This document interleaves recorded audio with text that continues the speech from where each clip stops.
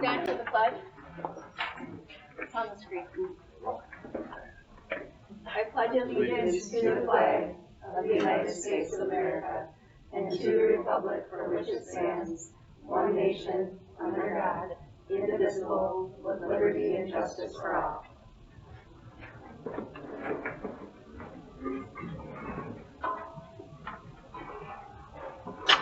Okay, Clerk Millard, roll call. Nikki Miller is here. April Carlson, present. Jeff Conway. Here. Danielle. Here. Darcy. Here. Greg Strumka. Here. And Eric Morgan is absent. Thank you. Are there any adjustments to the agenda? Is there a motion to approve the agenda as written? A motion. Second. Any discussion? Those in favor of approving the agenda as written, please say aye. Aye. Any opposed? Okay, the agenda is approved. Any announcements?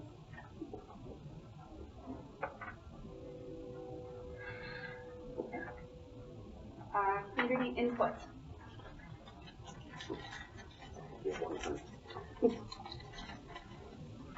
John, no, you ready? Yeah. Be quick.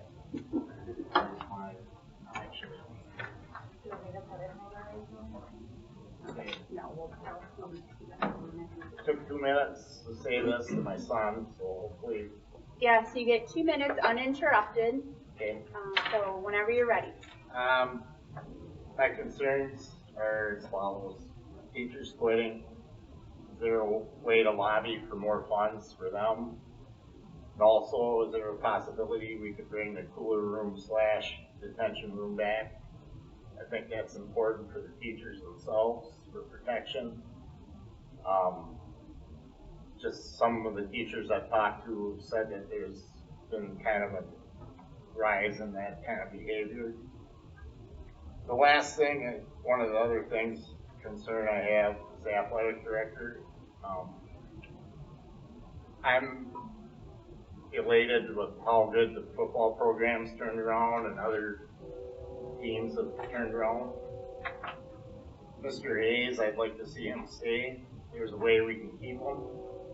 Maybe it's he could work from home. Maybe we could set up a parents hotline. If there's a call he has to make, he can do it from a list of complaints that go to a certain phone, so his personal life isn't affected. That's just one thing. I don't know him personally, I haven't spoke to him, but I've heard things.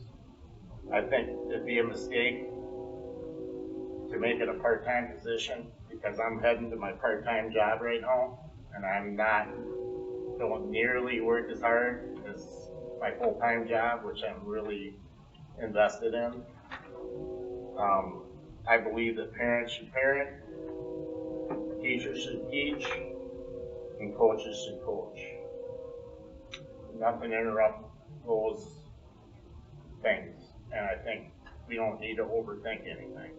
I think that's the most important thing that we need to realize. Is my kids, I take care of my kids, and I'll do what it takes as a parent.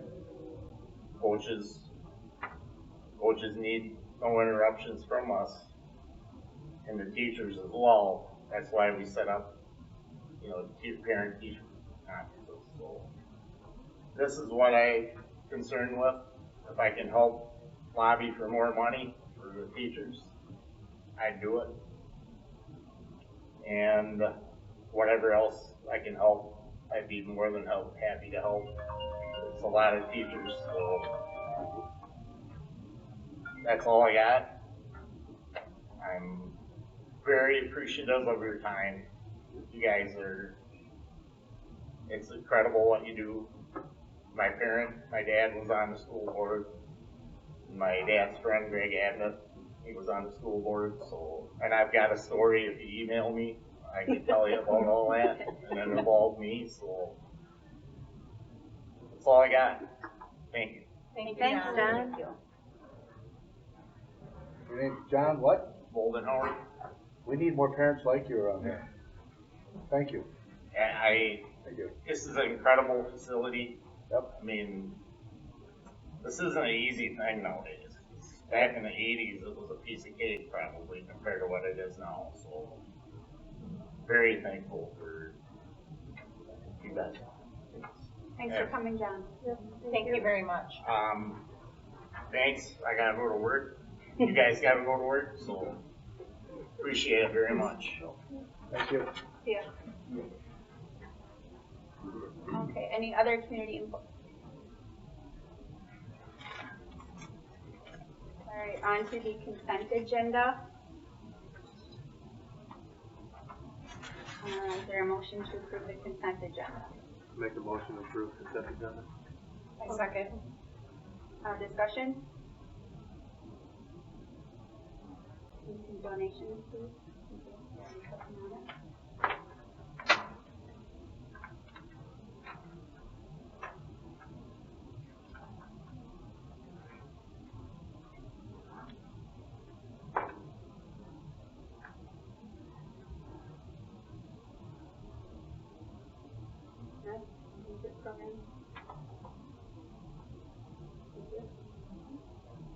Any other discussion?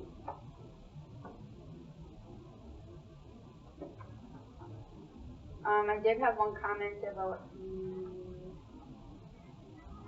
overdose medication policy. Did you see that there is a requirement now that schools have you have to have doses of it, and then does policy need to be updated at all to reflect anything, or are we still good with? I do not believe it needs to be updated. Okay.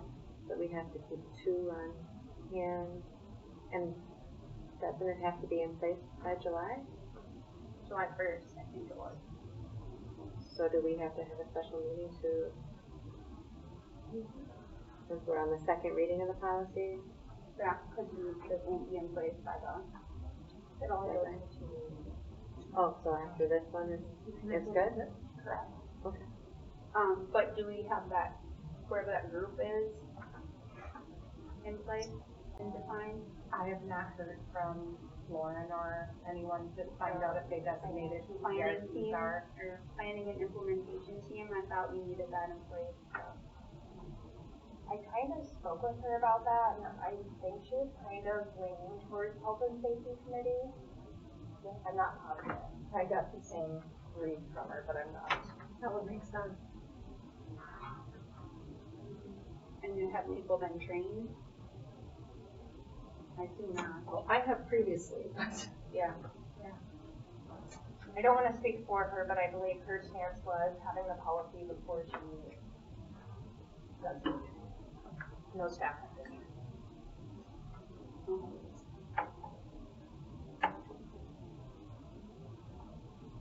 They probably won't get the training done until after the kits are out, because there's training kits in there with them, so that they know how to use them and touch them and all the things. More specific. Yeah. Well, as long as the policy's in place by July, then they have until it's the start of the school year to get their training and get everything done. So that Do we have a prescription so we can give it to her? I believe Lauren has one or has one she can access. That's one thing it is, so that can be a while. We don't really have. I would assume Sterling can probably push something through pretty quickly. Yeah. And then Q, the budget adoption, we'll talk more about that in the informational items. You can pull that up and Jen take a look at it. Okay, so this is, just giving you an idea, this is what we have to do. We have to adopt a fiscal 24 budget.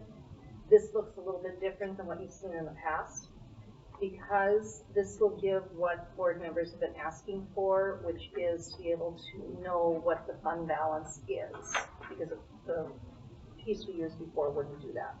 First column, beginning fund balance, if you look at that, how that was derived is we took the audited 22 budget, okay, so the fully audited 22 budget, then added in the revenues for 23 and subtracted out the expenditures for 23. And so if you go down to the bottom of that column, that's where we're at as of the date this was done. I can't remember when she sent it, but it was just a week or so ago. So that's what that is. Then you go to the next column, go up to the top. That's going to be our revenues and expenditures coming in, what we're anticipating for 24. And then we move it over and we're going to do some transfers. Now, if you look at the 370 at the top there, that is the total of the numbers below in the assigned funds. So we're transferring $370,000 out of the general fund into assigned funds. And the reason that we're doing this, the reason I'm recommending doing this is because that gives us a savings account. I mean, the best way I can look at it is if you know that you're going to have to replace your water heater in your house in 5 years, you're going to put a little bit away each year. So you can do it. This is essentially the school equivalent of that. And so you'll see we have $20,000 assigned into curriculum, $50,000 assigned for vehicle purchases. We just purchased a vehicle this year because we needed one for transporting students, but there really wasn't any budget line item for it. So now we're trying to go ahead and create those and make sure that they're in there. So that's the assigned vehicle. We've got some assigned technology. We've got some assigned instructional technology, assigned capital, and assigned facilities. So that assigned facilities, as we start adding what we need to in there, once we get the boiler projects and the AIQ and everything else done, then we'll look at what is our replacement schedule and when do we need to start looking at this. And this is our own savings fund to start being able to repair 10 years down the line some of those boilers or replace those things as they come due. The following line over, outside of the yellow, bringing those back up to the top, end of year projected balances. Now these are going to change because when you're doing a budget like this, your fund balance is a fluid thing. And so fund balance is always fluid. You're going to have bigger bills some months, you're going to have smaller bills other months. It's just that's the way it runs. And then you'll see net increase or decrease over there. And so this is how the budget will look as we project and go forward. Any questions?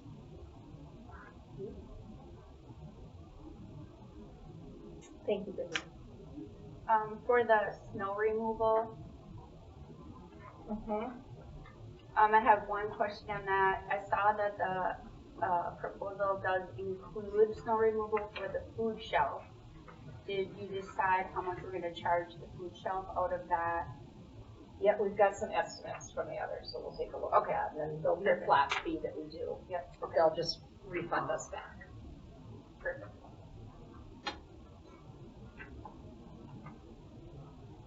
Any other discussion on the consent agenda? Okay, all in favor of approving the consent agenda, please say aye. Aye. Any opposed?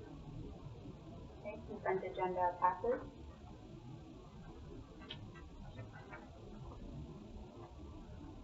All right, action items. Resolution 2303.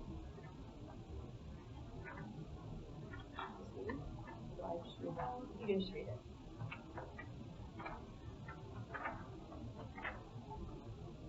And we've got Jeff here to help us out. Yeah, so tonight before you have a resolution. That resolution is what we call an award resolution. Is the award to award the sale of the bonds to the best bidder. This morning we took bids on your $7.9 million facility maintenance, tax abatement, and school building bonds. And if you recall, there's three components I just mentioned. One of them is remaining authority from a past election, their 2019 election, about $1.375 million in remaining authority. Then you had some health and safety, some indoor air quality projects, that's the facility maintenance bond part. And then the tax abatement, that's the parking lot component of it. So we took bids today, and we received 5 bids.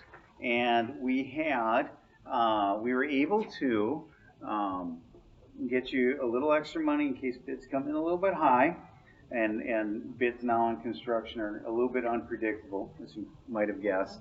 And we were able to bring it in at the tax impact that we had told you a month ago or so when I was here with the pre-sale report, because we received a true interest cost of 3.5% as opposed to 4.1. So rates have been actually pretty strong on the municipal bond market, even though rates on other types of investments and so forth seem to be going up. They've been very strong. That's the supply and demand effect. We were also able to reduce the par a little bit and take some of the premium and put it towards the project, so you have about $370,000 more that is put towards the project to cover any cost overages. And on a $300,000 home, we projected $167 per year tax impact. That's what we're coming in at with this, with the actual results of the bonds. So you have a sale day report. I kind of highlighted the results of the bond sale. Included in here are a lot of schedules. On attachment page 1 and 2, those are your bidders. Baird was the winning bidder with 3.52% true interest cost. Then you had Northland Securities, FHN out of Memphis, Tennessee, Stifel Nicholas out of Birmingham, Alabama, and Hill Top Securities out of Dallas, Texas. Those are your bidders. We do have it broken down by how much is going towards each project on attachment page 3.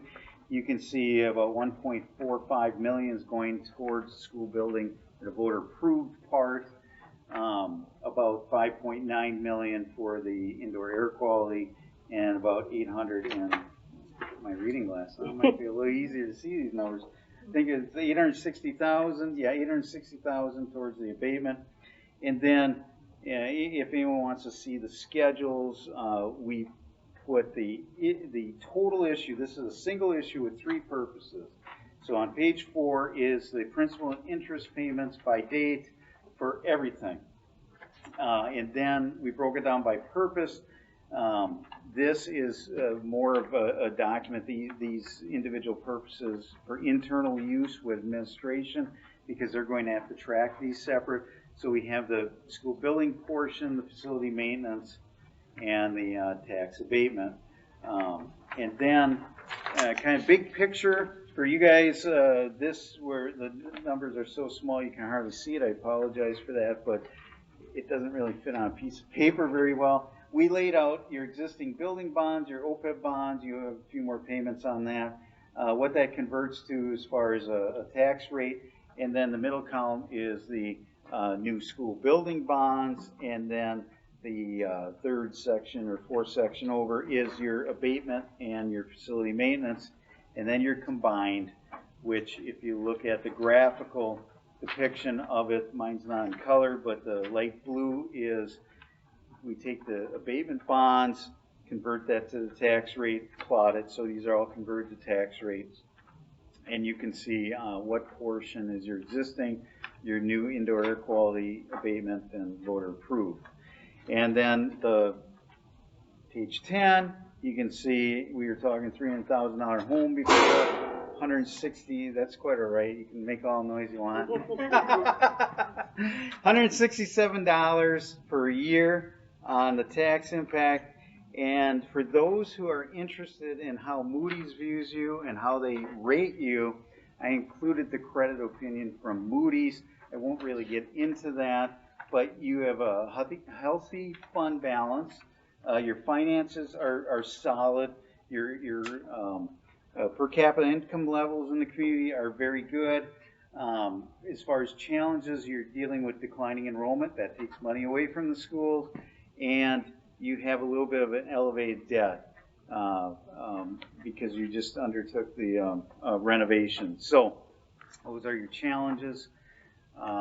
As far as the resolution, that is to award the sale to Baird. And the bond attorney sent over some updated, you had a draft, they filled in blanks on it, so you should have that tonight.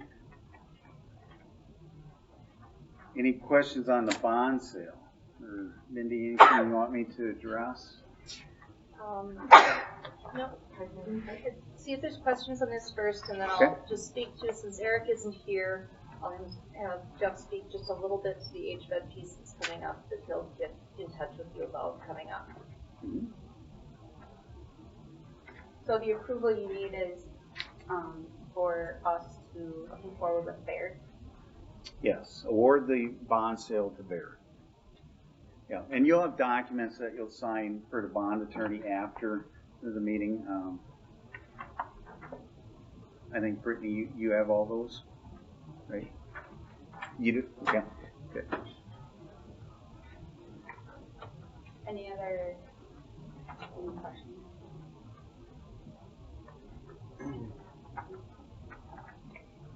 Okay, so then Jeff, like I said, this will be brought for vote next month, but HVED is looking to buy the Winona Mall to renovate it for putting in Spectrum and some of the other, Spectrum and Sale and some of those other programs that HVED runs and consolidating into one area.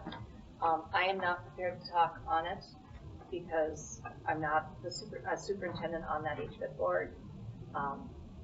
Eric is our rep for that, so he'll get some more information, but I know that Ehlers is also working with the bonds for that, so if there's any questions, this would be an additional bond that we'd be supporting through a joint powers agreement eventually.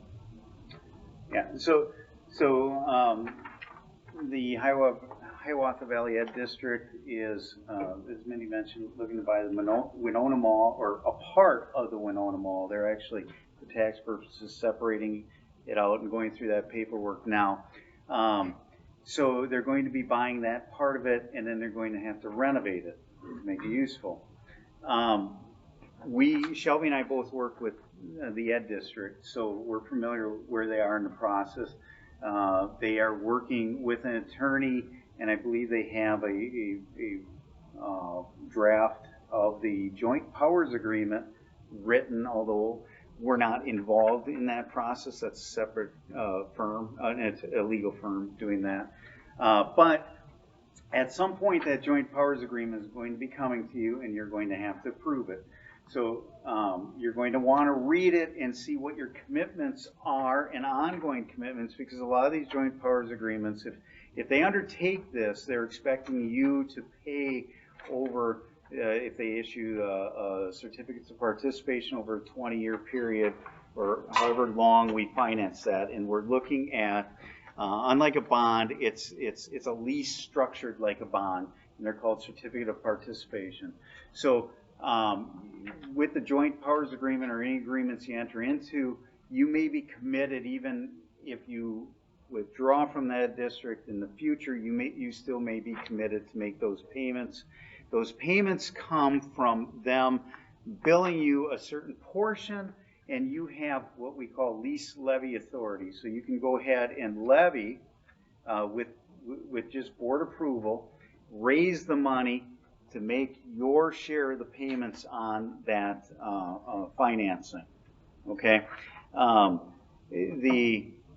there's a number of ways they can prorate your share. Most of it comes down to how many kids you have versus what other schools in the system have.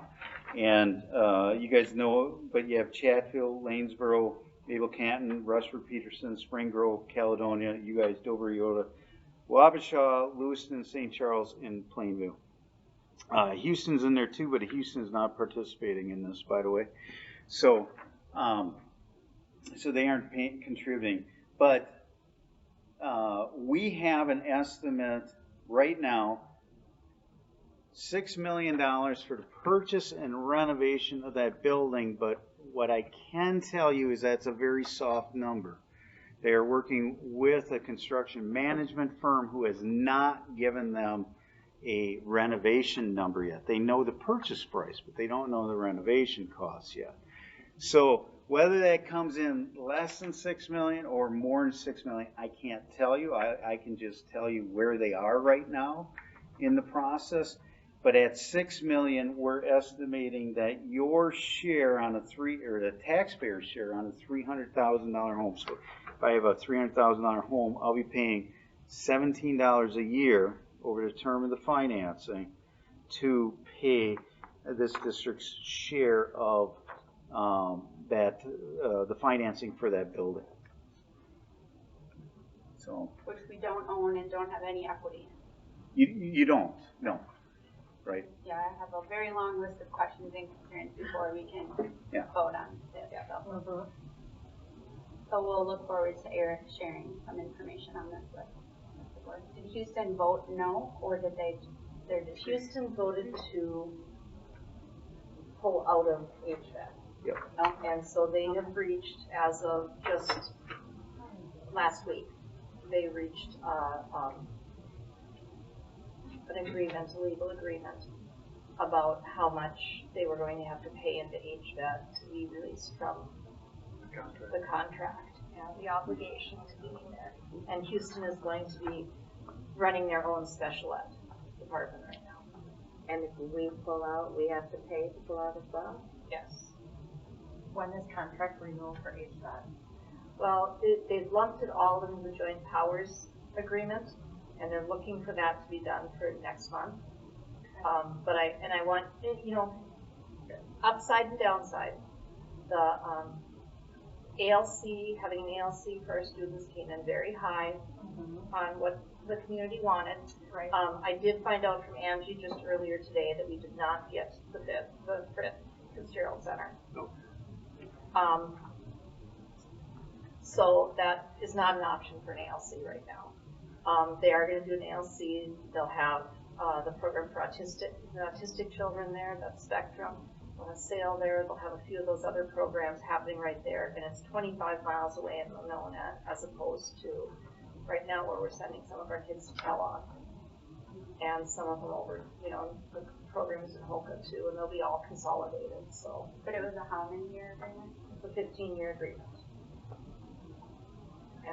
And if you pull out, so let's say we go through and things don't go the way we want, or we decide that we can do our own special ed more efficiently here and effectively, we're still tied in. So technically, we're still tied into paying 15 years on that building. A couple of the students did ask the questions when we were there. Well, what if we found another school district to go in and take our place? And the attorney that was working with HVET basically said, well, that could work, But right now, it's the people that are signed and locked in. So. And the estimated money that you put at the 17 per year for a $300,000 house, you said that could change based on how many kids we have enrolled in the program?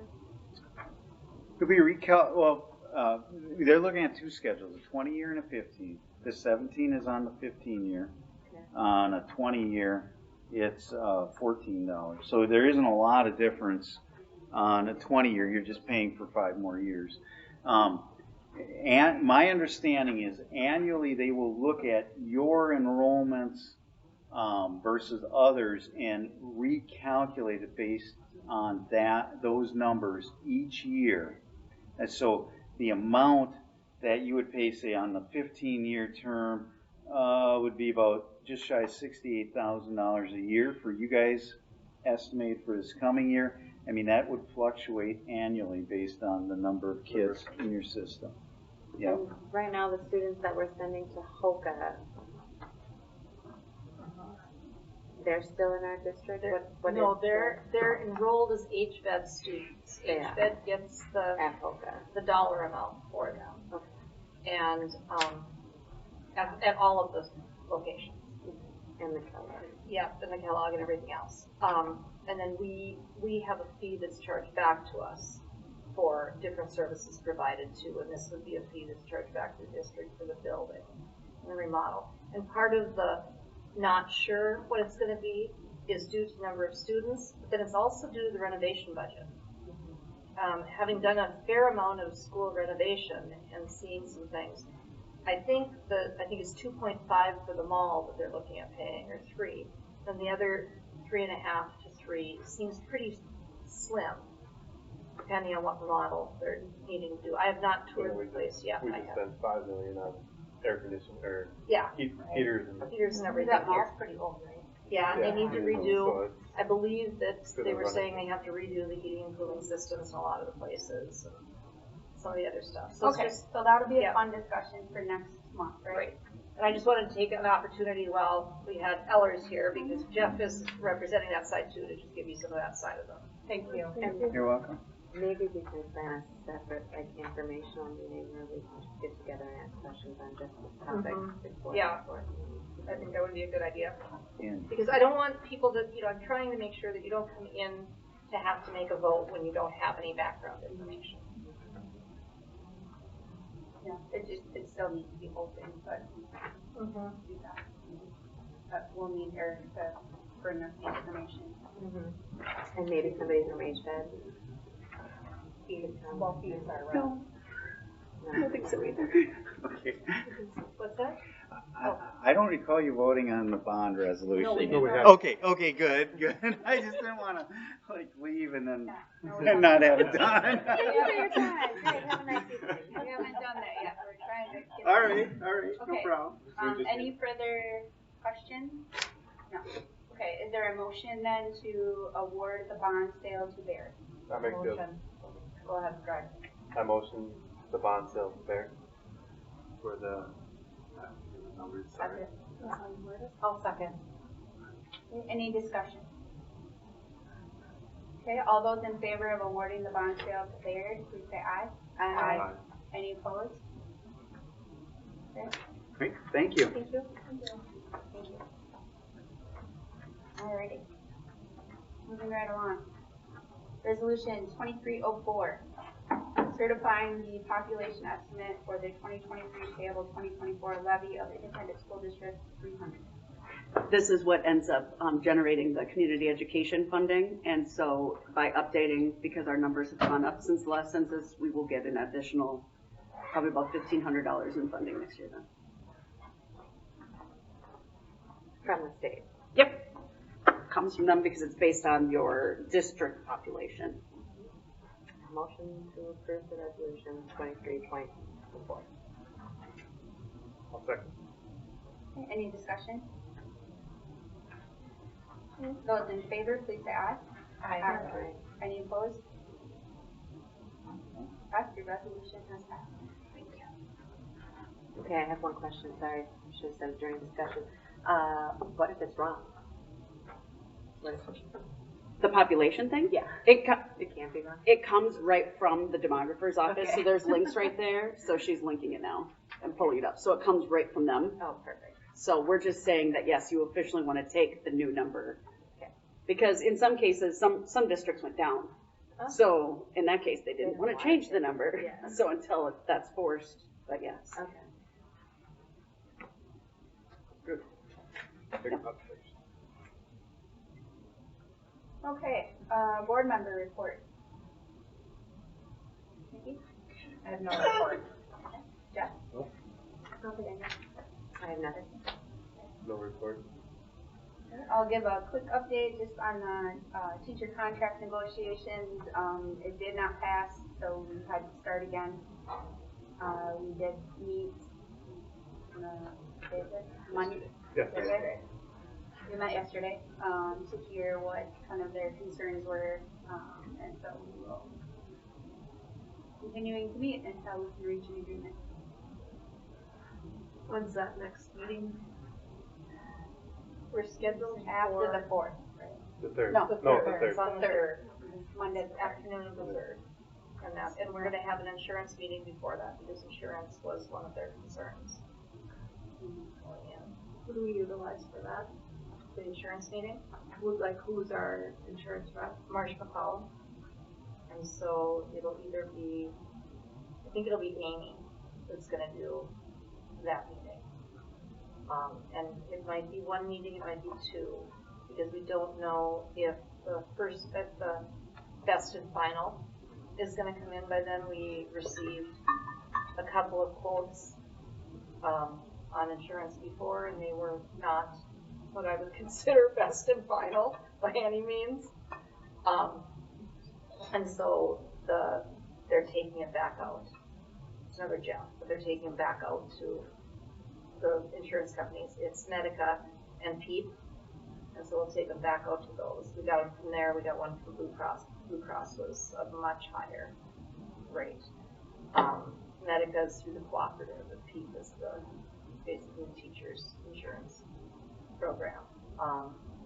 So once those come back, if we have them by next Tuesday, then we will present them there and review that. If we don't, I want that meeting to be informational for people too, so I'm inviting the reps from both unions and a whole bunch of, and everyone that needs to know, because I guess there hasn't been an insurance meeting for quite a while, so we'll take care of that and get that out there and make a decision. And like just as an example, the insurance rates, let's say, are going up 20-some%. Well, we're certainly not able to provide a raise of 20% to all of our teachers. And so, which we went through this at Mayo too, right? Like our rates went up more than what our raises were. And so I think most organizations are dealing with that. And we just don't have 20% more to give to teachers, and there's no way we're going to get a referendum passed in the community. That's what we would have to do to get more money to be able to use it for salaries, because the money we just approved can only be used for facilities or maintenance and things like that. Or we have less staff, right? And larger classrooms, right? More larger sizes. We're looking at doing a little look through the budget. Are there any other places we can cut? Can I cut from purchase services, and what about things that might, tech licenses that we're maybe not using? I found one that I really don't think we need to keep. It's, a $44,000 one. It's not a ton of money when you look at things, but it's $44,000. And so it's those kind of just belt tightening things that. I think the hard thing too with staff salary is people need to understand that I think a lot of people don't understand is, sure, we can get that one-time stipend of money, but that's not sustainable if you've got a teacher that needs to be in a contract for a position for 20 years.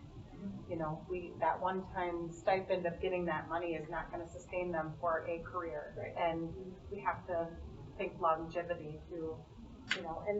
And over the course, in each of the groups that I've worked with, I've heard, well, we had freezes for X number of years, or we had this, or we had that. You're right. And if we continue doing these big things, or we put too much there, we're going to have freezes, and we're going to have some of those things. I'm trying to level it out so we can at least look the increases. We're doing 3% across the board, which is pretty darn good. Our teachers, we went with, it was like a 4.7 and a 2 something is what the original proposal was on salary. Well, when I told the other superintendents, they were like, that's ludicrous. How are you going to do that?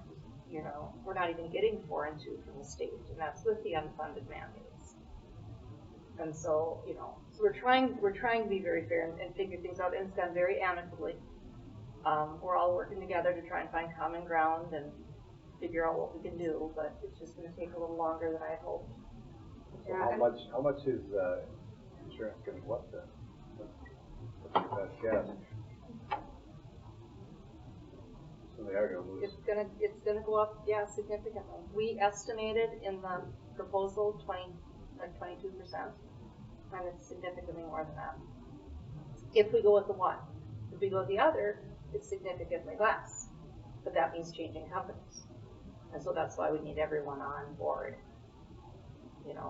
To come and listen and learn about it. So if they stay with the current one, got it. Yeah, it's going to go up the current one, it significantly. goes up significantly, and if we went back to what we had last year, it goes up even more. But deductibles are high. What does that all change to offset that? Deductibles. Yeah, well, and that's why I want people to come in to that meeting. We're doing it online so everyone can hear. If board members are interested, I'd be more than happy to invite you to the insurance meeting on Thursday. if you don't have anything more exciting to do. Like tomorrow, Thursday, or next Thursday? Yes, tomorrow, Thursday.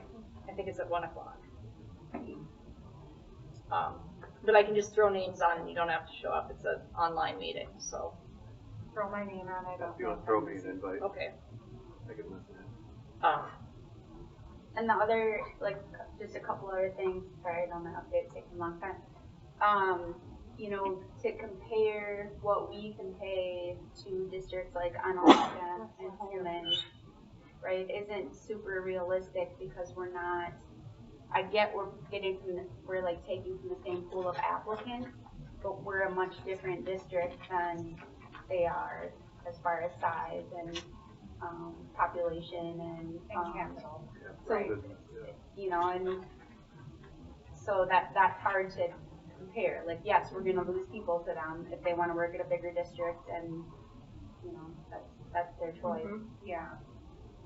And then the other option with insurance too is there's the exchange, right? So sometimes it's actually more cost effective to go out to the exchange.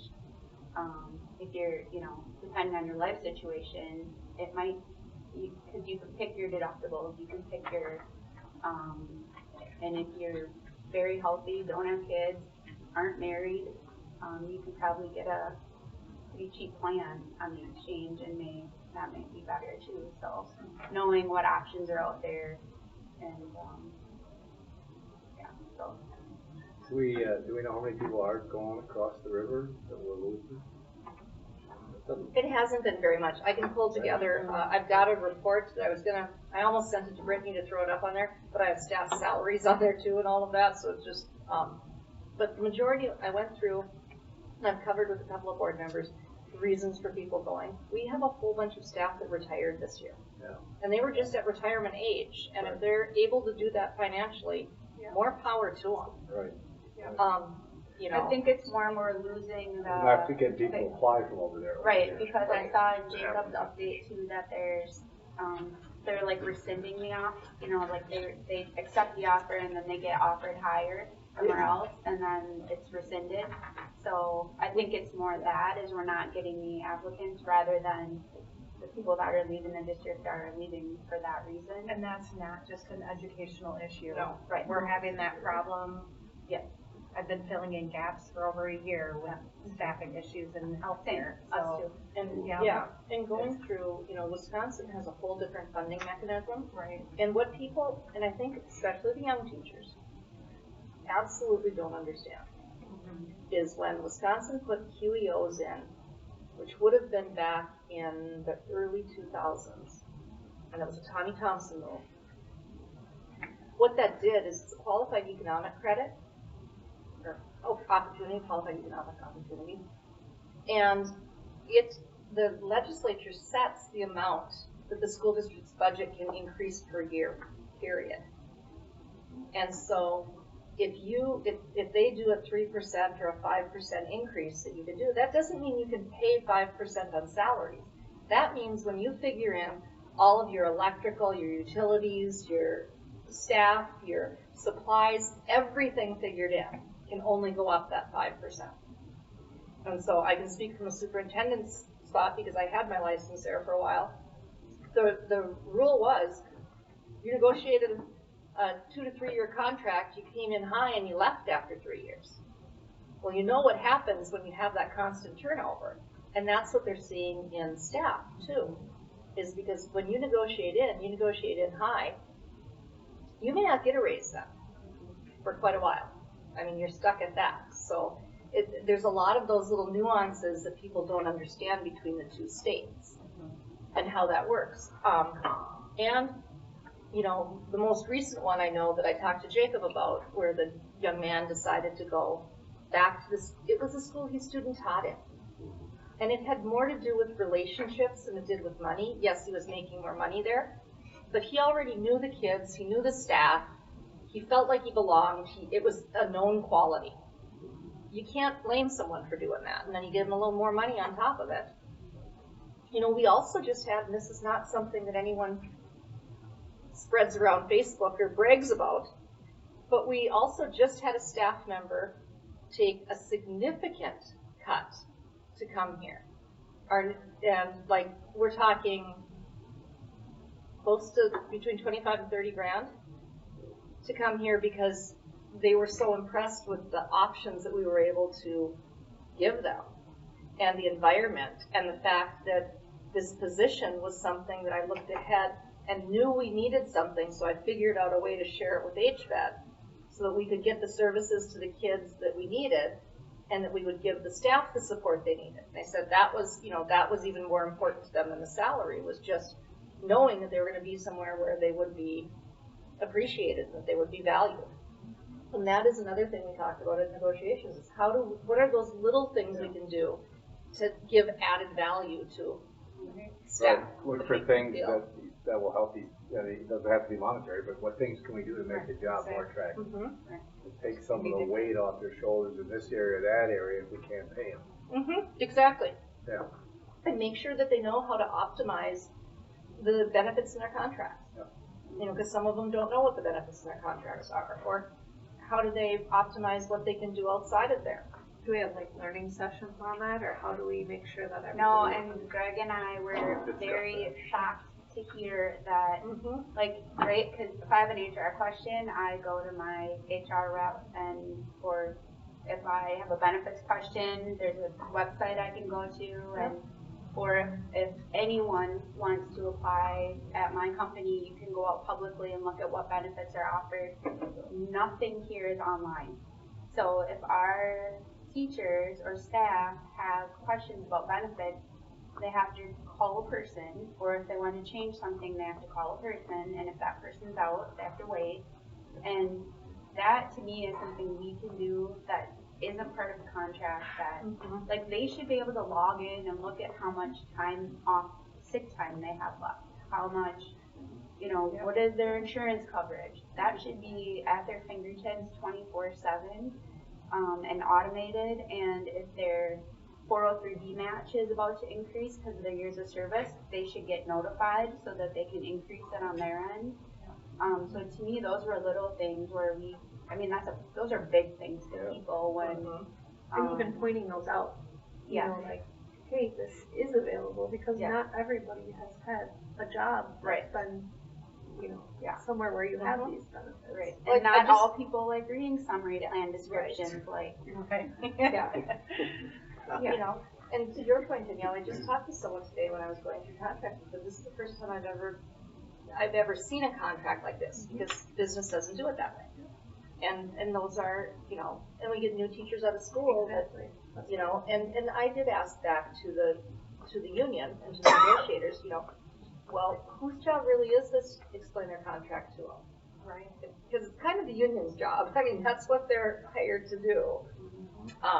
And so we're mitigating some things. And in the meeting, we actually had a couple of solutions come to the table that Julie and I are looking at right now to do some automation of things and to make sure that we have that ready for the start of the school year. That's great. I did want to point out, we do have a staff resource section of the website where you can check your pay, you can do absence management, you can health insurance plans. It's not everything under the sun, but there are some things out there. So it's linked The to leave documents, balances, but it's not like a software where I can log in under my credentials and see What I get print my for where I'm class at. pay stuff and get Yeah, my. that's one is. Well, that one you can print your pay stuff. Oh, This one, you can go check your leave. yeah. And Frontline is the one that we currently have for the professional growth and recruiting. What we don't have is we don't have the all-in-one, where if I'm a teacher that's just hitting my years to up my 403B contribution, the software that we're looking at will automatically notify us and it'll program it in. If every year when we have insurance plans that come up for open enrollment period, it will notify us ahead of time. You've got 30 days to fill this out, and if you don't do it and you procrastinate, like some of the staff that I had up north did, it will keep notifying you until you do it, and bugging you and pestering you for it. And then you enter your own data. You don't fill it out on a sheet of paper. You put it in. So if I, transpose or my kid's address or my son's name or whatever it happens to be when I'm doing it. That's on me. It's not on any district employees. So, you know, it just gives a little more autonomy and ownership. I mean, Jeff, if there's things that you can think of that, you know, really you wished you had as an employee at the time, let Minnie know. Okay. So we can do some of that stuff that maybe isn't, it demonstrates value but isn't, you know, a 20% increase, which we just can't do. But I feel like there are many other ways we could. Okay. Yes. And if any of you have anything that you've done in your areas, you know, in other jobs that are added value things.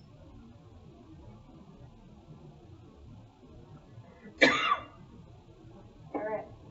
Sorry. It was great. Okay, Bless let's you. go to administrative report, high school first. So good afternoon.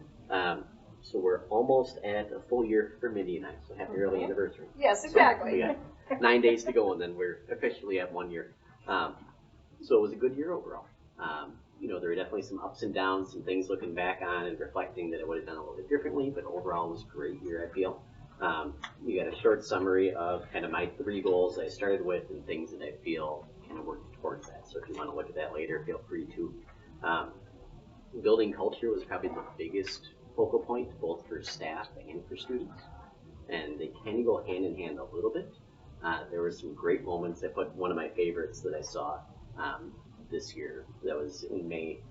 We have TVs in the concourse area that were on because we had our special athletic competition in Winona. So a lot of our special education students went there to participate, and there was a moment where one of our students was about to race and word kind of spread throughout the school. And soon enough, there were about 30 or so kids in the concourse, as well as some staff members just watching the TVs and watching him run his race. And it was quite loud, like you heard it down in your office when he won. So that's a pretty significant distance away from the cafeteria. So there were some great moments. So that, I think, tells me we're going in the right direction. Still a lot of work to do, but we're moving. April did bring up kind of one of my major concerns, and that's staffing right now. Some of these spots are hard to find, and that's kind of what we're running into. Spent the whole afternoon interviewing and kind of coming up with a few more spots, hopefully. But I kind of list some of our current open ones. The math one we thought we had solved until earlier this week, and that was one of those that someone who had accepted changed their mind. How do we recruit teachers? How do we recruit? Yeah. Or we just wait for them to apply? No, I mean, I went to multiple job fairs at the universities. Went to one at UWL that handled like all the Wisconsin. Wisconsin is tough though, because they're typically not licensed in Minnesota. So it's really tough for us to advertise in Wisconsin, and I actually got into it with WeCan a little bit, which was started by UWL. But as a part of their charter, they only advertise for Wisconsin schools.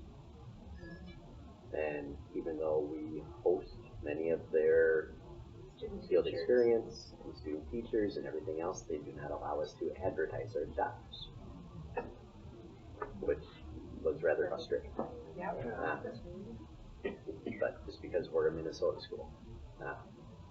But that creates an interesting issue for us. But did pick up several people from the job fair there that were willing to apply that had no idea we had positions. You know, we rely on word of mouth quite a bit. It's on our website. It gets posted to a few different spots. It's posted to some Minnesota job sites throughout the state as well. So I'm just thinking out loud. So they're not licensed. So obviously Wisconsin teachers are licensed in Wisconsin. Right. What is the process to get them licensed in Minnesota? We can for sure get them a tier 2 licensure. There's the That's 4 something tier. we can offer them that we would pay for? We Or have to how do does it that through- work? We have to do it through the state of Minnesota. Yeah. So we apply to the licensing board, and then they review their credentials. The administrators and I sign off on it, and they'll go through. And the earlier we start it, the better. The teacher I was talking about earlier that took the cut, she's already started that. she's got a Wisconsin license, and she's already started that over here. And is that on their dime, or do we offer to, like, is that a benefit that is offered to them if they want to work for us and they're in? Currently, that's something they pay for. Yeah, got it. How much is it? It depends if they've ever had a Minnesota license to begin with or not. Yeah. So if you have to redo the fingerprint card, then it's like about $100. If you're just doing a new, like newly reinstated one, it was 57 when I looked it up. It's not really- Just something to think about as maybe a perk. Yeah, I don't know. stipend or something. Reimbursement. They don't have continuing ed over there either, do they? They have a whole different It's a setup than different, we do. yeah, it's a totally different system.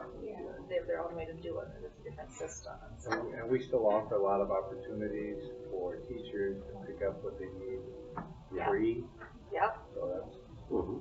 And even some of it gets paid because they come in and do it when it's not in school contract time. yeah, alright. Yeah, so we're saving them some money there. Yeah, yeah, big time. And we have, you know, Judy does a fabulous job with continuing ed and making it really easy for teachers to collect those pieces and to do that. She does a fabulous job with that. And so, you know, because that's always, you know, keeping your credits for 5 years and remembering where they are and all of this. And, you know, she keeps on top of all of that. And so that's an added value too. Yes, yes. But so that Can staff I, will be can I ask you another question as long as we're on the high Yeah. school? John said we don't have detention in high school? We did a lot of lunch detention this year. We did what? We did lunch detention this year. We didn't have an after-school detention, largely due to transportation issues for students. And then also, Bless you. Pardon me.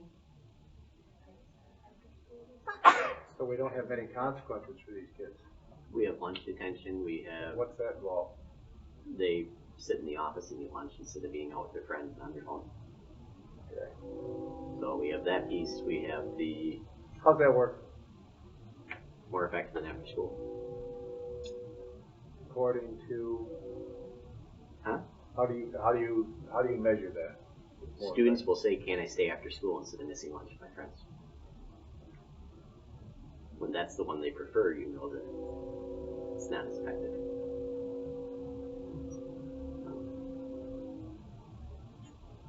What did detention look like back in your days? We used to beat the crap out of them. Well, Mr. Sipley was here, and he was pretty scary. Yeah, that was Lord Simply, yes.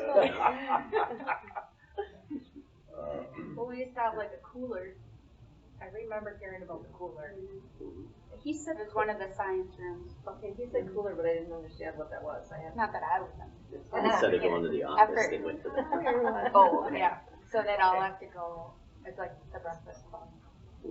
Got it, okay. Oh, Saturday on morning was Saturday? pretty effective. No, Nobody wants to get up on a no one Saturday can morning. talk. No, That's they true. can't talk to each other. They can't do anything. But sit there. You know, then they My wouldn't- mom didn't drive me. Then there'd be a lot of things they wouldn't be doing. If you don't show up to detention, there's a consequence for that too. On that note, when they would get lunch detention, Yep. if they had a pride card, do they lose their pride card then? It depended on what caused them to get the lunch detention. Are they able to participate in after-school activities if they have a lunch detention? Yep, because the only thing that eliminates them from after-school activity is an out-of-school suspension or an unexcused absence. And then I was talking to parents just yesterday that their children had pride cards. They had a lot of absences. So of course, we talked last month about that being a very big problem. Yep. Do they lose their pride card for that? We pulled many. Yep. We pulled many for that. Okay. I'm not going to say we pulled all of them because there's sometimes where it was a medical situation and you know, kid's sick in the hospital for 2 weeks. I'm not going to pull their pride card because he got sick. But yeah, there were several that were pulled for absences for those reasons. And I also talked to a lot of parents with a lot of absences that didn't get phone calls about them having a lot of absences or them almost being turned into truancy. So. Like they didn't Did get the parents daily. not know the kids absent or? No, they did, and they were repeatedly calling them in. But at some point, if the school were to just be like, "Hey, I noticed they're called in a lot. what can we do to help? Are you having problems? Getting to the point of truancy. Brainstorming on the ideas that we had last year. Should have happened. I was one, and I did get a phone call from a social worker from school, and it was very beneficial. We had a great conversation, and I said, you do your thing, I'll do mine. Let's meet in the middle if we need to, but Our social worker and Lauren both tag teamed that list. they did, yeah. So those calls should have been happening. And then we have a meeting with, county prosecutor, correct, or one of the Early judges. August, Early August, and to discuss some of this stuff too, because looking at doing some, and I know I'm working with that, Bluff County Collaborative to do some truancy work and potentially getting a truancy person who will be hired by the collaborative with some of the collaborative dollars to pop around to all the four, all the schools within the Bluff County Collaborative and really hone in on the truancy work so we keep something consistent. That was one of the things that I did in the former district where in Crow Wing County we created a countywide truancy policy. So it didn't matter if little Mindy was enrolled in La Crescent Hoka and was getting to her days for truancy and then she bopped over to Houston and then got to her days and then went over here. Those days followed me, so they would follow you, so you can't, because we see that too, is we see that mobility coefficient of kids who just drop, or they drop out for a while. So then they dropped out and then they re-enroll. And it resets the piece. So those are things we have to look at within the policy, and it's much easier, kind of like we talked about having athletic handbook that covered all of the schools within Houston County. It's much easier if we're all together, and so. It just seems to me that a half hour at lunch does not seem to be much of a deterrent for anything, where if you make these kids sit after school, and if they're participating in extracurricular, there's gonna be a real consequence if the coach sees you're not at practice. And that can be a real incentive for a kid to behave. And if you take that away, these kids the coach doesn't even know the kid's misbehaving. They're there every day. I have no idea, you could be at detention every day, I don't know that. And I'm sure a lot of these coaches want their players to model behaviors that they want them to model, and how would they know that? If there's consistent issues, coaches were notified. I would say about 50% did something. So I don't think it's every coach is on their kids, so if you think that's happening. I completely agree with Jeff, though I know I've expressed this many times. My kid needed, don't have to deal with them anymore, consequences, and the after school detention did have that trickle effect. Like, now you can't give your brother a ride home, now you missed the bus, now your parent has to come get you, now the coach knows. Maybe you missed a game, too bad, right? So I think that they need that clear, consistent consequence. However, that's not our decision. Right. My ask is, if that's not happening, then the handbook and our policy should be updated to reflect what's actually happening. Because right now it says that they get detention, including after school. So if that's not what's happening, we need to make sure our handbook and policy are updated to be clear with parents what's actually happening as a consequence. I have an idea around that too, is I don't know what the process is with admin notifying after school athletics or activities. I feel that shouldn't be your responsibility. I feel that is the responsibility of the child that is in trouble or whatever it is as part of that natural consequence. It's just my 2 cents, like April said, it isn't our decision, but maybe not feel like it all has to come from admin, that Johnny's not going to be at wrestling today because they're in detention, which is Johnny or Johnny's parents need to make that, that's just my 2 cents. And the one thing that's going to play into policy, et cetera, and handbook is also what the legislature did in office. Okay, in session, they did non-exclusionary disciplinary policies and non-exclusionary issues for students. So, in theory, it really ties our hands. We can't pull them out Sure. of class, we can't keep, I mean, there's just a lot of, there's a lot more can'ts than can'ts right now. Can you still pull them out of lunch? I thought it said you couldn't. No, lunch or recess, so there's lots of things that we've gotta figure out what we can do. And is Because- that's state law? Right. do before school? Then they're not missing any Possibly, They get extra. or Saturday, yeah, we're doing a double dip. But like basketball practices in the morning. Yeah, Yeah. some of them work out in the And, mornings. you know, so there's all of that. Well, it's 7 to 7. Literally, I have from the department, because I was working here on the day the department did the MASA workshop 2 weeks ago. There is 104 slide deck with each slide just dealing with the different changes that the legislature passed for schools, many of which impact, they actually came into each of the schools in the state and did negotiations for the districts, which I'm just really upset about. You know, and this. So they're tying their hands on how you can discipline these kids, and how is that Yes, That's tough. and how does that help, you know, to these kids? yeah, how does it help the kids? Well, How does it teach help the self-regulation? How does it help the teachers? Right. How does it help the kids who do want to behave and learn? I mean, what do we do there? My example that I used, and I think I've said it here before, is, okay, you're in a PE class. You have a regular PE class doing seasonal sports, and you have a kid who's pawing on a 9th grade girl, and the kid happens to be a junior, okay? Well, he can, touching her all over the place, does a volleyball bump, grabs her in the rear. I mean, these are all things that have happened when I've been an administrator. Basketball jumps up, comes down like this on her, and kid comes in, well, it was just an accident. I just bumped into her. You can't pull the kid out of that Phi Ed class because that's exclusionary discipline. So how do you make that young lady or that person who is being touched, etc., feel like they're not the victim and that they're not being continually victimized? And, it's all of those pieces. And if they don't show up for detention, then what? Yeah. Yeah. You can't suspend for attendance reasons. No.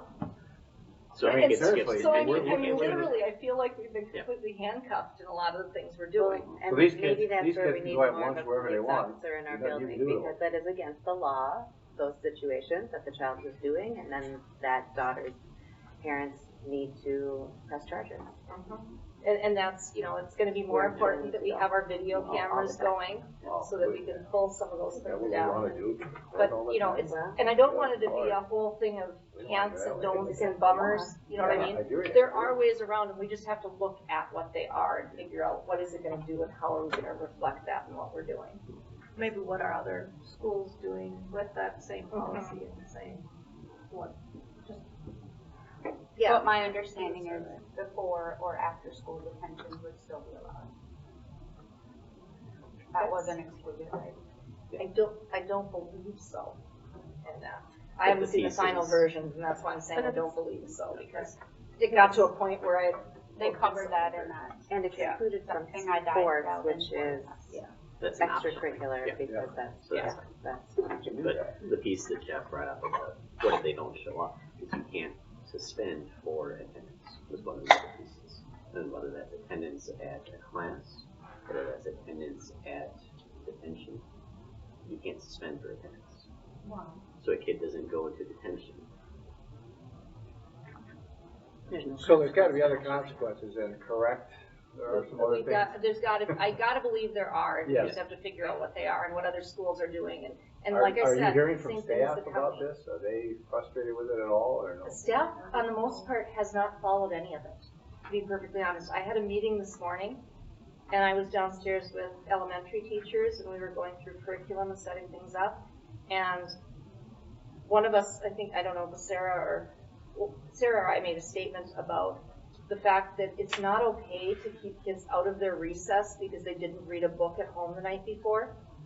Kids are supposed to be able to get their recess. That's not an appropriate disciplinary consequence. And then one of the two of us followed up with, and next year you can't do that. You can't take lunch in recess. It's illegal to take it away from an elementary kid. But you can give the kids who did read an extra recess for reading. Yes, you And can, or you can not give, the other like stuff. one of the teachers said, you know, keep track of the kids that read what they read, and then they give them Lancer Shields, and, you know, do some of those incentives. But that was the discussion that led me to saying, well, you can't suspend for anything now. You can't do anything exclusionary. You should have seen all of these elementary teachers' faces. They're like, what are you talking? None of that. And even if this kid's a danger to others.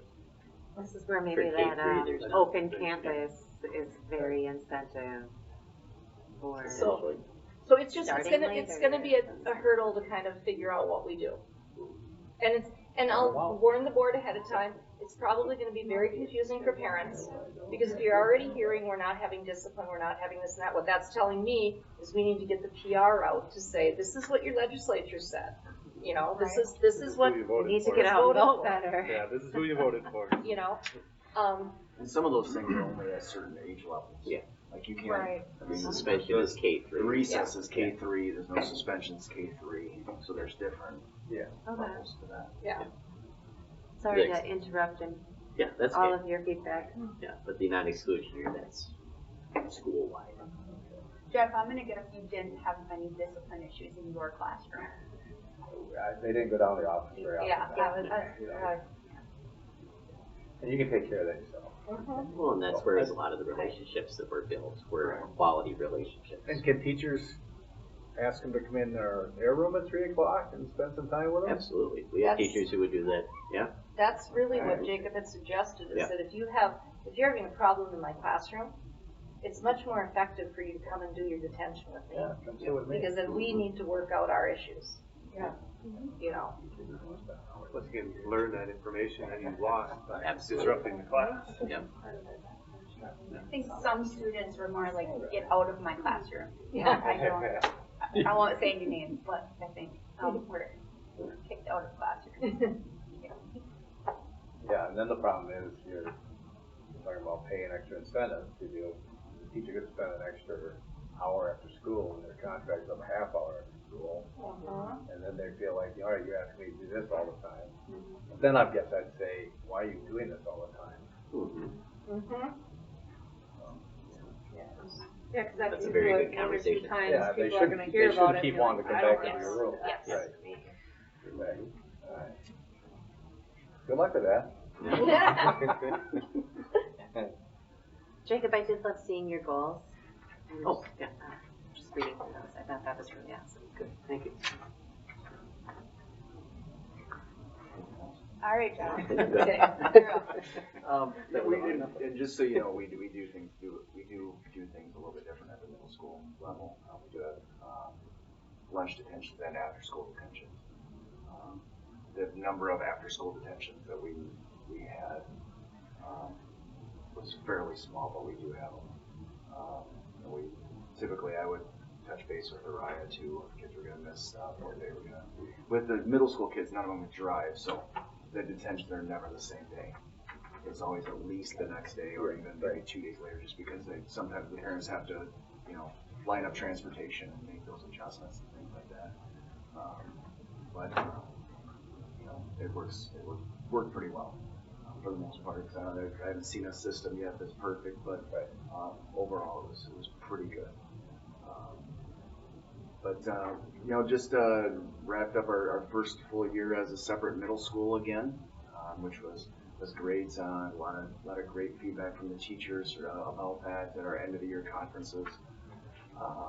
We made a lot of huge progress with our kids and our staff, with our PBS team, and we still have a lot of work ahead of us, but I think we really are in a good spot. We're headed in the right direction for sure. So it's very exciting and it's very rewarding. I put a couple areas of focus for the upcoming year as well on mine.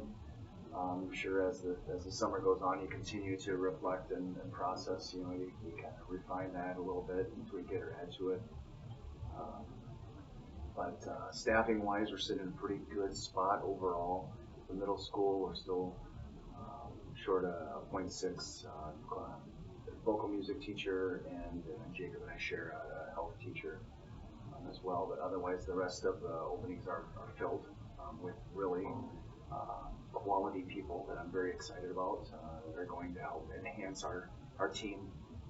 And that was one of our focuses too, is making sure that not just somebody that could teach the content, but somebody that's going to add to the quality of our staff and the quality of our school. And so that was, the interview teams knew that going in, that hey, we want to make sure that we're making our entire school better by adding this person. And so I'm very, very pleased with where we're at right now. That's about it. I like that. You added the piece about making our school better. Hearing the Lancer Pride thing sounds really nice to have, because I think we kind of went away from that for a little while, where it was just a job, not a community. So I think that's great. Thank you. Did the bathroom vandalism issue resolve, like either through identifying who it was, or did it continue through the rest of the school year? What's the update on that? No, we did not find out who the culprits were. However, when we relocated our PE teacher's office into the middle school locker room from the weight room, when we did that, we had no more issues after that. So I would say that was a good move.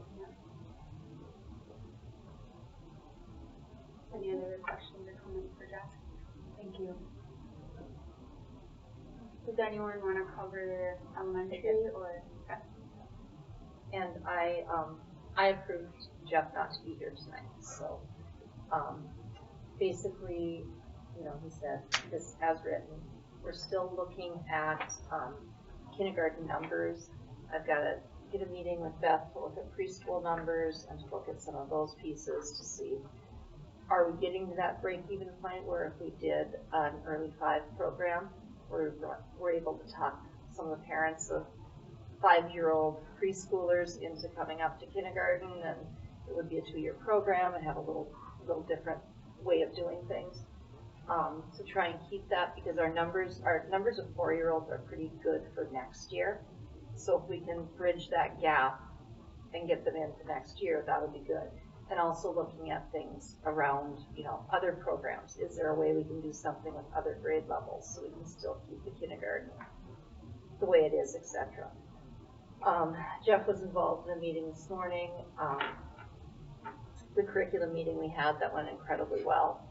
We're working on what are we going to be doing, bringing in and launching the MTSS program in the district. We went through, over the years, there has been lots and lots of different plans started and not many abandoned. And so we've got all of these different things that they're doing. We're doing IRLA, we're doing Lexia, we're doing Journeys, we're doing IXL, we're doing, I can't think of the S one. Sunday. Took me a second.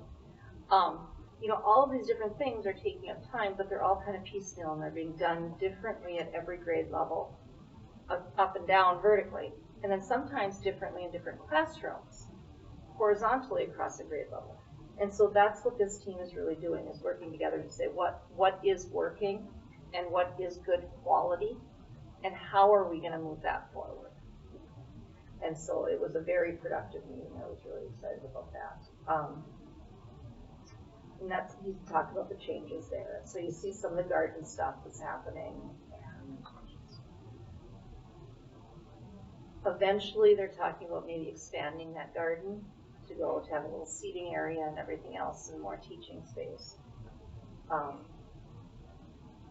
Like rodeo. So happy to see Play-Day still. Going strong. And they tried something new this year, and I don't know, Beth or Karen, did you hear how it went when they did the swim day and the play day at the same day? It was a busy day over here. Mom, I can comment. Okay. That time was real early. Ben was That's okay, right? Yeah, a lot. It was a lot, and I have to say, I felt really bad for those little guys that went in the swimming pool at like 8 a.m. on that day. And I was like, oh my God, I used to teach swimming and I wouldn't want to do that. Can I ask one, Yes. or share a comment, I guess? I actually had forgotten about it, but it was in Jeff's update mentioning the Hugger Award. And Nikki and I attended the last day of school, awards thing for the staff. And I did get feedback from staff that they were disappointed that it's no longer called the Holly Briggs Big Hugger Award. Okay. And they would like to see it be called the full thing, Okay. because it was, created in her honor. Okay, I did not have any knowledge of that, so, yeah. So I think we need to keep it the Holly Briggs Big Hugger Award. There are kids in their 30s and 40s that remember those hugs. Yeah. I remember those hugs. Absolutely. Absolutely. So just making sure, I Okay. mean, that's one of those things where it's very important to them, and we took it out. Okay. I couldn't make the award ceremony, but I kept watching to see if there was going to be a list of the staff in the awards, and I didn't see it anywhere posted or sent out. I feel I like know it was on Brittany did a beautiful job on the paper program and the Pictures and things, but I have not had time to post them. I just think our parents would also like to know, or Yeah, I have to do a shout out to Brittany on that, because that really was her show, and she did an amazing job. She did. She had all the food there, she had everything. nominations, but it was for the Holly Briggs Memorial. I know, but when they talked about it, when they announced ended it last last year, and, staff members were talking about it quite a bit afterwards. Well, we could have didn't know. They're the ones who decided to go and present it. And so, but yeah, no, Brittany did a fabulous job with that. The pictures were great. The organization was terrific, and she did a really good job, because I thought we were gonna lose our minds, because lunch went right up until the time we had to do it, and it was trying to get things cleaned up and moved and all of that. So, but the guys did great cleaning up and getting everything set, and everyone pitched in and jumped in and started putting stuff out and doing stuff. So it was a good time. Mm-hmm. Thank you, ladies, for helping out. Mm-hmm. All right. Yeah, Mindy has to do it as a year in review format for you, so got a lot of our highlights there posted.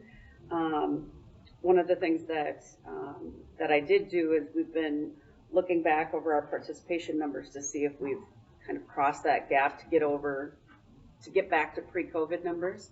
And happy to report that both school year adults and youth have gotten back.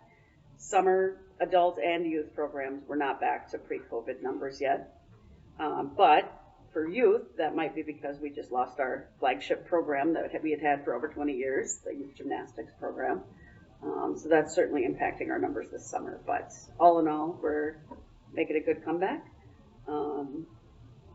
Yeah, I noted on the top, Karn did a great job with her ECFE as always, booming. We've got people coming from multiple other districts.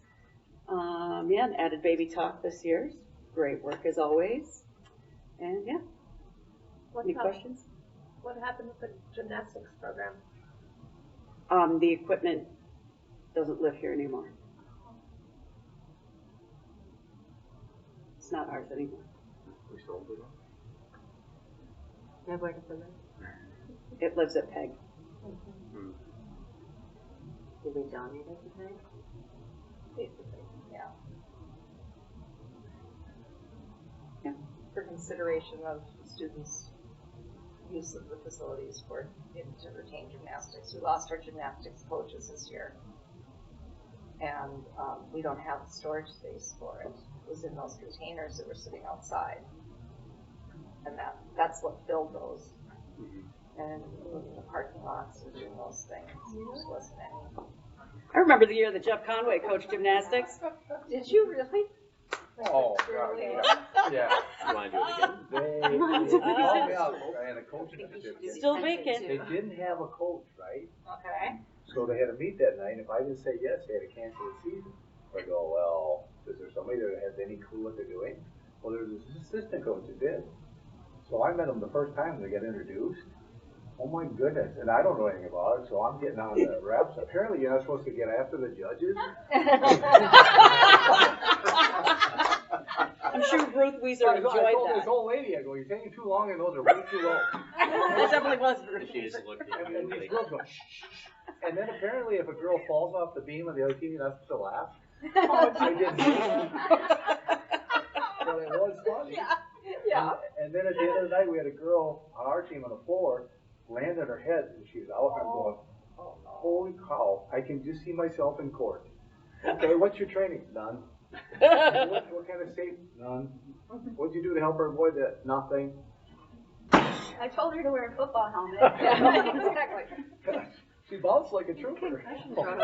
Oh my goodness. Well, that's a fun trip down memory lane. Yeah, So that thanks was- again yeah. for stepping in when those kids needed Yeah. you. That's a good fun So fact. if you're looking for another one, no. Okay, I was gonna say, the job's still open, so. The other, I can fill your application out right now if you want. I'll take care of that for you.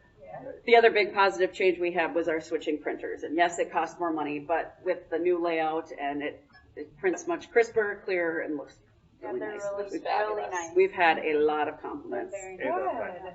And on time. We've heard from some other districts that kept hanging on, and we're over 2.5 months late, Oh, no. which the catalog's done by then, so Yeah. glad we got out when we did. Thanks, Beth. Thank you. And sadly, we have Mariah's last report duties. I will say, based on John's comments, I will say that I did try several different ways to get Araya to stay. And it just unfortunately, at this time, is not going to be an option. So, but That's a shame. I know he has really, really turned a lot around and did some great things in his 1 year, and hopefully the next person will be able to keep it going and then continue to improve it. So, I know he's not here, but thank you, Araya, for your hard work, and he is staying as hockey coach, right? Yes. Yeah. So we'll just keep him around. So. Maybe we'll just keep him around for like motivational speaking and a little pop in. He's a very positive force for our He community. can be a really tall Lance. And you have interviews for that Yeah. position Yeah. starting soon? We're Monday. starting interviews on Monday. And so it'll be a Monday after school segment of interviews. And we've had some applicants. Some people I thought would have applied didn't. So it's an interesting mix. And those are panel interviews? Yes. Yes. And so our panel is going to be myself, Jacob, and then Nikki Nicholson, Michelle Betcher, and Josh Ford. Good luck. And we are keeping it full time. Yeah. Good. Yep. Is the task of that, like, is it doable in a full-time workload? Yes, up until just recently, it had been a 0.8 and a 0.2. So a 0.2 PE teacher and a 0.8 of the AD. That was up until a few years ago. And then when COP took over, it was a 0.5 principal, 0.5 AD. And it went forward that way until the middle of last year, right around November, when I said, let's try and make this full-time again. Too much, wasn't it, Josh? Way too much. Well, and it's hard with that position because half plus of your time is in the evenings. Right. And so it is a really difficult position Yes. to be able to, because you're expected to be there at 8 o'clock in the morning to deal with all the other things, and then you're also grade reports. everything. So it's such an awkward On the position. flip side, we also have an issue with Michelle. Because the position that Michelle was put in wasn't real doable either. Half-time AD secretary, half-time middle school secretary. I heard It was more I reasonable. heard continuously from someone that it wasn't working real well. And it worked when Janet did it. I was the AP and AD. It was one person in one location, and not two completely. It's a So not it's an issue tough. with Michelle, but No, an issue no, with Michelle's her having fantastic. to divide her time, because she's fantastic. She is fantastic, and she had 2 different people, but not only that, located in opposite ends of the building. You know, and I tried to get her to go down here to do stuff next to Uriah, but then she'd get pulled off task for other things. Is she currently a full-time? Mm-hmm. And so that's what I'm in the process of trying to do, is how do we keep the AD full-time, make Michelle full-time as middle school, and then what do I do with the other duties? You know, Do we have any admin that could be float, part-time float, where they're going where it's needed? No. I don't, There's things that I we don't know could if divide that's up a duties. solution. I'm just thinking And out loud. realistically, talking to a couple of other ADs that work in districts our size or so, they're alone, they don't have admin support. And so I think it's just a matter of putting together what does that look like and how do you do it. And like the grade reports, if we have, you know, Tammy Tessing works on Infinite Campus all the time. I mean, if she just knew, run these reports, because it's a couple of push buttons, and then have someone come in. You know, I've thought about staggered time for the AD to start. So maybe they wouldn't start at 8, maybe they start at noon. Right. And then, you know, or maybe they start at 2 and are able to go into, you know, 6 o'clock or whatever to get their 8 hours done, so that they can start some of those games and get things set up and still meet with kids for grades. And, you know, there's a whole variety of different things that we just need to look through and figure out. But we've got great brains on the team, and we'll do the interviewing, and then So we'll you go help with the together. interview? No? You might know something about that job, so. Mine. And that's, you know, it shows that, you know, really making it a full-time position is, you can really dedicate your time to just that. And that should help us get somebody good. Yeah. But, you know, this shows too that it's very typical of what we've had in place throughout the school year with Mindy and Jacob, and the changes that we've made is that we've identified areas of need and then tried to formulate a plan to address those needs. And so that's just the right way to do it. Thank you. All right, Mindy. Okay, and so just a couple of little verbal updates that I'm going to give you on mine. I got a text from Angie Wilson this morning that the Fitzgerald Center went to one of the other people. And so that's off the plate for right now. If you've driven by the district office recently, our parking lot is under construction. There's a big trench dug from the back door all the way to the ravine to try and start dealing with some of the water and the slippery. I mean, it was really treacherous this winter out there. We had quite a few slip and falls. So we'll start doing that. That should be done today, or either today or tomorrow. And then after that, it'll be filled back in, and then starting the 28th, I believe, they're going to come in and start redoing the pavement. I am actually going to probably enlist the help of a board member who I know has a middle school student, because one of the things that we're going to start working on there too is we've had conversation about there not being enough things for kids to do, the middle school kids to do. And now that we didn't get the fifths, et cetera, and that was figured into some of those things, I'm thinking it would be really nice to do, and I talked to some of the middle school teachers, you know, if we had a couple of spots where we could put tetherball in. You know, I remember tetherball. I don't know if anyone else remembers tetherball. But put some tetherball things in. Maybe get some disc golf. So we could do some disc golf out there, because we don't have a lot of green space. But we can do some things that would help the kids move. Tomato cake. There you go. That would work. I hadn't thought about that. That's a good idea. But, you know, put some of those pieces in there. Some of the things that, you know, that might be fun. And so we optimize that space out there. And, you know, and looking at where could we put, you know, we're changing around the parking lot a little bit, so what else could we put in there that would, you know, work for that?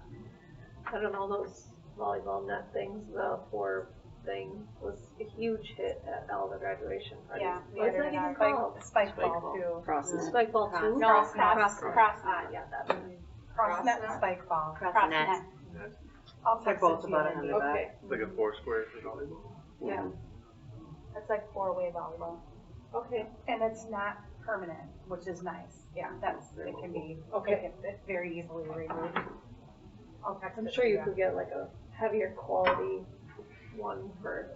Yeah, and so looking at some of those and finding out, what are things that kids would be interested in, and seeing what we could put out there. That's one of the pieces we're looking at there. I have a bid on putting water and sewer to the softball complex. So that's moving forward. I'm working on, that's going to be one of my next projects, is pulling that together, and I'm hoping for the next board meeting, I'll kind of have the summary of what we've started working on already, so that you can kind of see which projects are in operation. For those of you who saw some of the pictures of the lockers that I sent out, they're looking fabulous. The painting of the walls looks pretty good. I'm hoping the durability will be okay. I'm a little good. It isn't semi-gloss paint that we use. It's flat paint. So I'm like, why would you use decision? Huh? Who made that decision? It was made by Building and Grounds without any input from me, but I know, I was like, oh. And so there's that. That decision will not be made again. I've made that abundantly clear that it will not be made that way again. It's easier to paint. That's probably what it is. It is easier to paint, but it's way less durable. Yeah. So those things look good. They painted the bottom brick, and so that we know just looking at is not going to be durable. So we're going to put base board over that, the same base that we've used in the rest of the school, which will then make it very durable, and it'll be just fine there. They are doing lighting. They tore apart some of the bookshelves in the library. I need to get busy on getting the materials ordered for the library, so if anyone wants to help pick some of those out, or know some kids that want to come help pick some of those out, I'd love to get that up and going. I thought we did the focus groups. We did the focus groups, and we have a lot of them there. Yeah, it's just color pattern stuff right now. We've got the furniture, how are we going to put it together? And I can do it. And I have names of kids that said they do it. What's that? April's really good at that. Yeah, I know. That's what I was going to say. You have that eye. You have that degree. And so just, picking some of that out. Where are we going to put the answer logos, that kind of thing. So you were really the one I was looking at for that one. So, I suppose I could take a break from policies. There you go. And decorate a little bit. Did they get the whole building in the elementary school house? Yes. Okay. Yes. And I've got another bid for out here, just FYI. It was not included, but there were horrible ice dams and things, the flow, and Karen, you could probably speak to that a little more. The parking lot flow, it just wasn't right, and it would dam up, and lots of slips and falls, really dangerous where the parents drop off the kids. Yes, sorry, I have to make sure my husband goes to get my daughter at swimming. Did we talk about that being part of, what's the word I'm looking for? Well, no, we thought it was going to be part of the warranty. Yes, warranty. On what happened, but it turns out, from what people have found out, I haven't looked into it myself, but what from people have found out, it isn't. The roof on this building is part of the warranty because we have to redo the whole roof because that was done with faulty product. And so they're in the process of doing that right now. Oh, fun. When is that going to get? It's in process right now. They pulled off the solar panels, and then they're starting to redo. And so Weezers is handling that through their subcontractor. The only thing we had to do, which was Sonoma Controls, and then what we had to do is just sign for the company that does the solar panels to come up and remove them, and there's a charge for that. But Winona Controls will give us a kickback of that money because I flat out said we're not paying for that because if you did this wrong and you authorized it, we're not paying for that. Yep. This one out here will be, I think, between 16 and 18 grand, and we should, with some of the things that are coming together the way they are. I think it's a Weezer. I think it's a Weezer contract. I've got it at the office. And I looked at it quickly, but I think it's Weezer Brothers. And I don't know if doing there's the a district office? It's Matthews. Yeah. Yeah, Matthews is doing all of that. They're the only one that got back with the bid. Yeah. And ironically, the people had Zenke vests on when they were there, and the Zenke truck, so they must be subcontractors. They're subcontracting to do That's what meant. the digging. Excavating. Maybe I'll And put the Zink black is the one who out. gave me the bid for the softball. So, you know, lots of things going with that. The boiler's going in well. They're doing, that's moving forward really quite well. Personnel update, we still have a few people that are out. It is not anywhere near as bad as the rumors are making it out to be in the public. There was a day when April texted me, I was like, I'm just tired of people stirring the pot on this. This is, you know, and although I did show at the negotiations why people went and what they were leaving for, and that's, according to Greg, that was the first time you really were able to see what the movements were about, and so I'm going to try and keep doing that. The other thing I'm collecting on that data is costs of ins and outs, so that we keep staffing relatively staff neutral, because some of the great people that we've gotten are great because they've had experience. And so if they're replacing a lower experienced person on the schedule, you know, so I'm trying to see how that costs out so we know where we're at all the Some time. of those retirees had to have been Higher, and so that helped with some. We had the online person that we had was extremely expensive. And so that helped out, you know, because that was a contracted service. And so just looking at that through personnel updates and seeing, you know, what we're gonna do. So to be clear, 20 people did not quit on one day. No, 20 people did not quit on one day. Okay. Well, we And we if have you our have- own staff reporting that. Yes. And if you have that, when you're done with that, with removing maybe the pay piece, just like date of hire, date of, you know, exit, or, you know, exit, end date, and then when, you know, have it by section so that people can see. Yeah. how I'll the do a retirement sanitized version that versus can a- go out as an update with this. You know, we lost this position. You know, these are the positions that are still open, and I probably won't put names on there, but I'll just put positions. And or too, And if they're if I know- transferring to another district versus Retired. getting out of the profession altogether, because I know a lot of Or people maybe are doing because their that. spouse got a different job. Right, Yeah. or Be closer to relocation, or, yeah. And there's lots of those things that Not happen. all because of that. But, you know, that is kind of what, you know, it makes sense, you know, if I'm speaking from my, you know, whichever side of the table I'd be sitting on for negotiations, it makes sense to make that an issue right now. Because then, you know, that's something that invokes worry, you know, it invokes people and gets people marshaling behind. Hence, not having people coming and talking at our meetings and having someone today. So, you know, I understand all of it, but I also understand that facts are facts, and I'll just put the facts out. I appreciate it. I think that people need to not rely on social media and start coming to our meetings. I've been reporting and advocating for that, so hopefully we start seeing some more audience members. Or even an uptick in the online. No, I'm okay with that. I mean, As long as it's not about math. Yeah. No more We don't want that.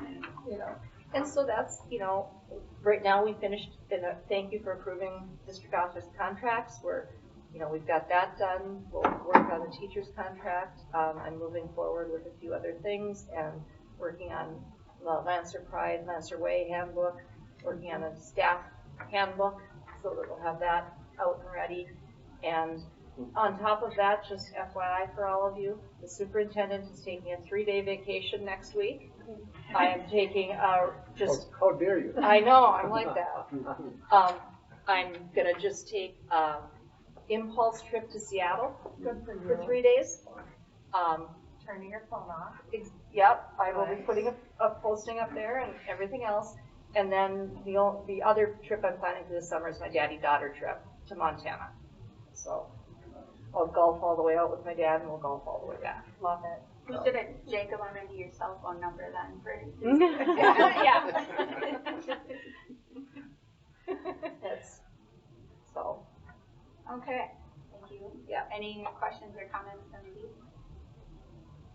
Thank you for your hard work. Yeah, Enjoy I'll say, vacation. oh, sorry, Lynn.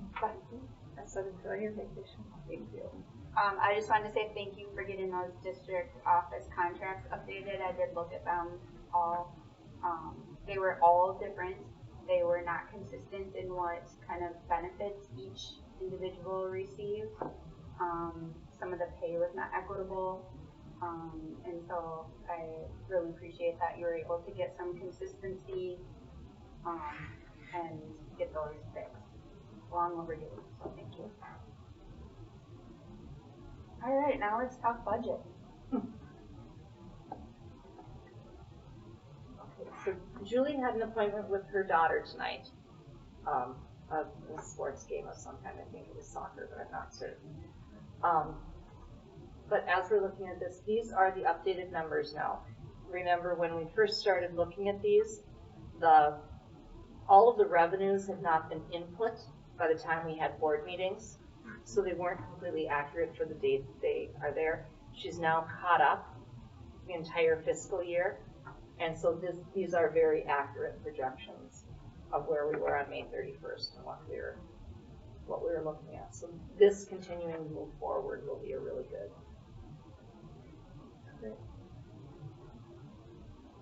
Did we have a negative school lunch balance at the end of the year? You know, Brittany? I paid my $2 there. Yeah. Those roll over every year, so. Yeah, I'm not sure. It just, hang out on there, but. yeah. I know that what Terry does is with seniors, part of seniors checkout is resolving their balances, and so those balances could move up from younger kids, and then as they get to be seniors. And she sends out like daily emails. Yeah. Reminding. Yes. I messaged her and she actually rolled mine into my younger. Yeah, I need My my next one. Is everyone Okay, like you can that? do that just if Yes. you message them? Okay. Yeah, Because I didn't know, I 'cause my emailed kids are Terry. different. Yeah, I need to do that. Whatever, so. Yeah, it works. Oh. And it's just fine, I need them to be, but I didn't know if everybody's was auto-generated that way. Like, each kid is a separate household. We were just essentially. talking Yes. about that. Okay. Yes. Because ours is automatically, they have to request it to be taken out, which I very rarely get asked to be that way, so.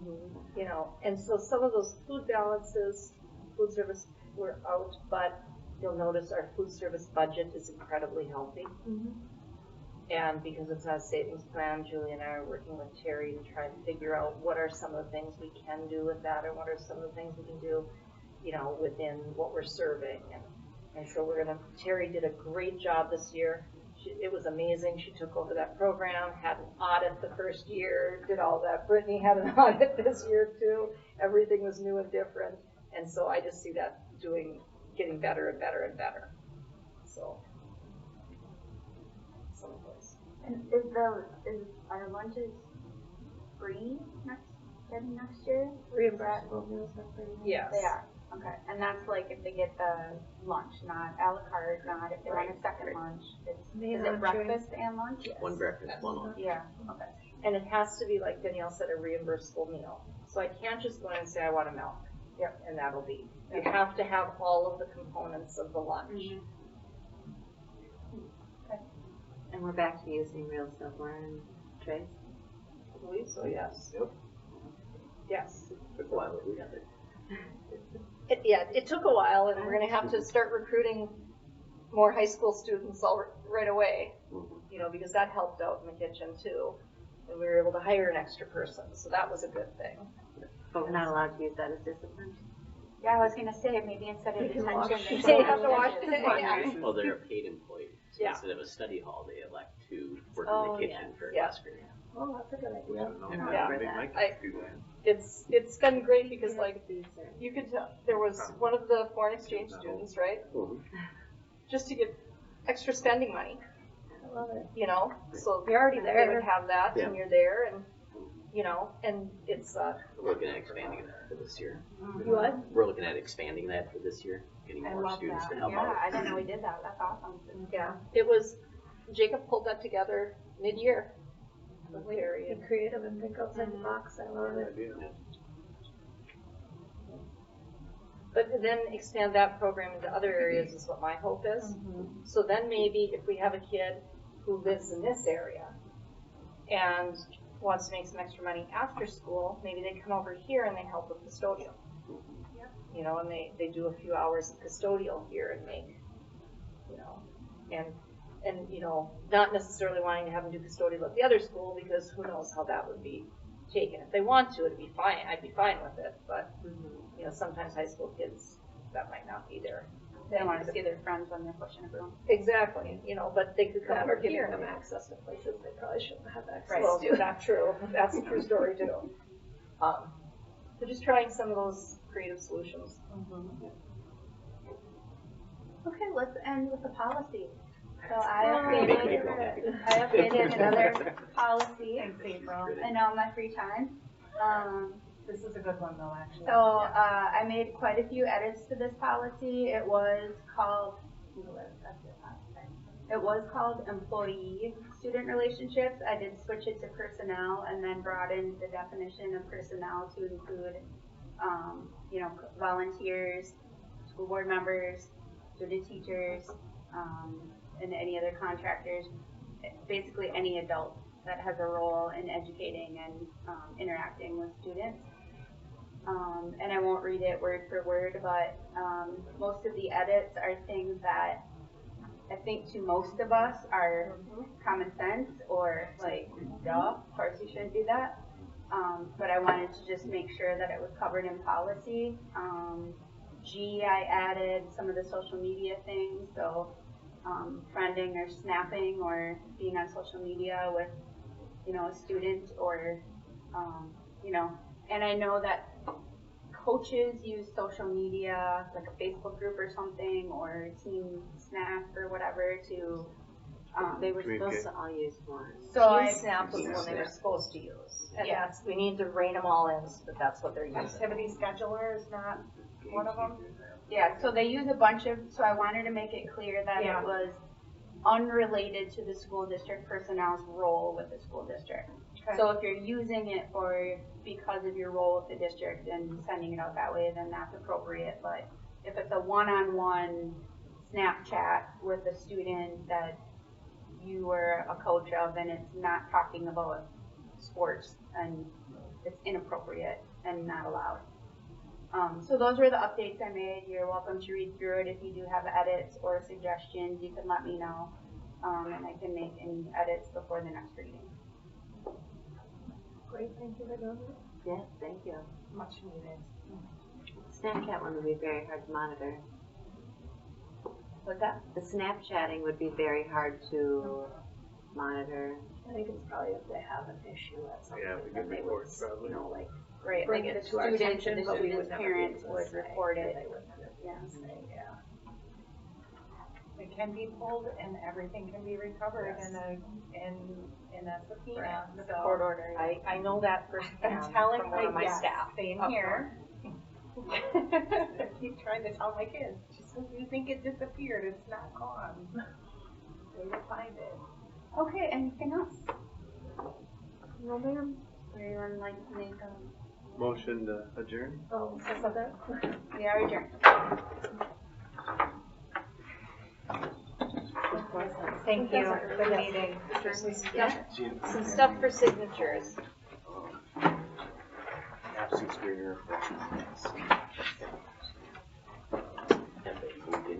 No, considering moving. consider. Yeah. Sooner How many days tomorrow. Yeah, I got out, I did all next that. week, and she said, well, During the winter. Thank sooner you. rather than later. I'm trying to make a decision on how. Well, I got. Oh, That's it's not exactly Everybody. It's not, but that's normal for summer. Yeah. So, We know that. right. So sure. All right. Yes. Yes. Is that impeding on the policy? I was just thinking. Yeah.